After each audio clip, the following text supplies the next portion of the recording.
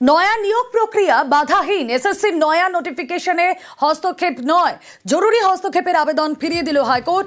16 June থেকে নিয়োগ প্রক্রিয়া শুরু, বাধাহীন হবে তা। কথা বলবো, আমাদের প্রতিনিধি অর্ণব রয়েছেন সঙ্গে। অর্ণব, তার মানে নতুন করে এই যে রিক্রুটমেন্ট, তাতে কোনো রকম কোনো বাধা থাকছে না?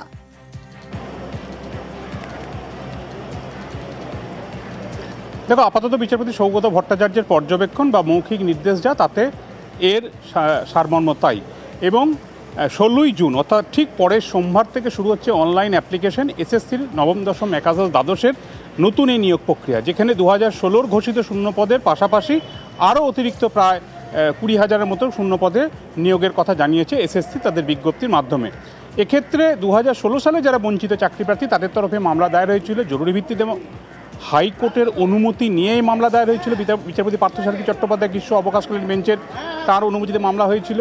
এবং আজকে রেগুলার বেঞ্চের প্রথম দিন ভ্যাকেশনের ছুটির পর, সেক্ষেত্রে বিচারপতি সৌগত ভট্টাচার্য তার বেঞ্চে আবেদন করা হয় যে এই বিজ্ঞপ্তি 16 তারিখ থেকে এফেক্ট পাবে, অর্থাৎ নতুন নিয়োগ প্রক্রিয়া।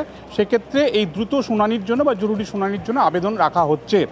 বিচারপতি সৌগত ভট্টাচার্য কোট আনকোট এই শব্দগুলি বললেন, লেটস প্রসেস গোয়িং অন, অর্থাৎ এর অর্থ হচ্ছে 16 তারিখ থেকে যে প্রসেসটা শুরু হওয়ার কথা সেটাকে শুরু করো বা চলতে দেওয়া হোক। ইন দ্য মিন টাইম যদি কোনো রকম সমস্যা হয়, অসুবিধা হয়, তাহলে তারা হাইকোর্ট আসতে পারে। এবং মামলাটা জুন মাসে নয়, একেবারে জুলাই মাসের মান্থলি লিস্ট। এক্ষেত্রে হাইকোর্টের যে নিয়ম, জুলাই মাসের প্রথম যে সোমবার, সেই সোমবার মামলা শুনানির জন্য আসতে চলেছে।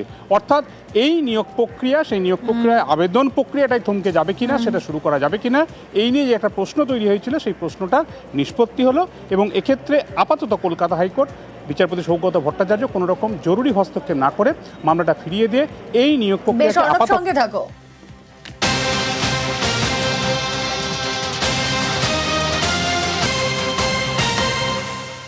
ভাতা নিয়ে প্রশ্ন হাইকোর্টের। বাড়িতে বসে 25,000 টাকা ভাতা। গ্রুপ সি গ্রুপ ডি চাকরিহারাদের ভাতা বিজ্ঞপ্তি মামলা। বাড়িতে বসে বসেই সরকারি কোষাগার থেকে টাকা। কথা বলবো, ডিটেল জানবো। আমাদের প্রতিনিধি অর্ণব হাজরা রয়েছেন সঙ্গে। অর্ণব,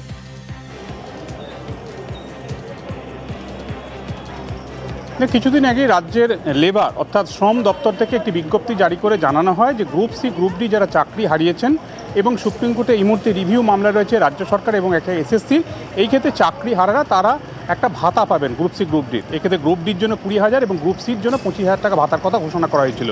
সেই বিজ্ঞপ্তি চ্যালেঞ্জ করে মামলা হয়েছিল, জোড়া মামলা হয়েছিল। এবং সেই মামলাতে বিচারপতি অমৃতা সিনহা প্রশ্ন করেছেন যে এই ভাতা কারা পাবেন। এই ভাতা কি তারা পাবেন যারা সুপ্রিম কোর্টের আদেশে যাদের চাকরি চলে গেছে, অর্থাৎ যাদের বেতন ফেরত দেওয়ার কথা, ফিরিয়ে দেওয়ার কথা, তারা পাবেন বাড়িতে বসে বসে 25,000 টাকা। অথচ তার বিনিময়ে তারা রাজ্য সরকারকে কী দেবেন? কিছু নয়, তারা বাড়িতে বসে পাবেন। তাহলে এর পাশাপাশি রাজ্যের যে হাজার হাজার বেকার রয়েছে, অর্থাৎ যারা চাকরি পাননি, তাদের কি হবে? এই প্রশ্নের উত্তর যথোপযুক্তভাবে দেওয়ার চেষ্টা করেছেন রাজ্যের অ্যাডভোকেট জেনারেল। তবে এই মামলায় আদালতের যে দৃষ্টিভঙ্গি, একেবারে কোর্ট আনকোর্ট বিচারপতি অমৃতা সিনহা যখন এজির কাছে জানতে চান যে এই বিজ্ঞপ্তি ধরে আপাতত ভাতা কি প্রদান করা হয়েছে, এর এফেক্ট কি দেওয়া হয়েছে, রাজ্যের অ্যাডভোকেট জেনারেল জানান ইতিমধ্যে একটা ইনস্টলমেন্ট দেওয়া হয়েছে। বিচারপতি প্রশ্ন তোলেন 1 এপ্রিল থেকে এফেক্ট দেওয়ার কথা, কি করে একটা ইনস্টলমেন্ট দেওয়া হলো?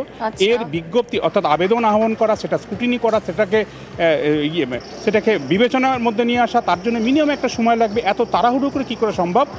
Please do not distribute the money, অর্থাৎ এক্ষেত্রে এই টাকা না দেওয়ার একটা অনুরোধ তিনি রাজ্যের কাছে রেখেছেন। যদিও খাতায় কোনো নির্দেশ তিনি দেননি। আপাতত মামলাটার শুনানি শেষ হয়েছে, রায়দান আপাতত স্থগিত রাখা হয়েছে। যে কোনো দিন মনে হয়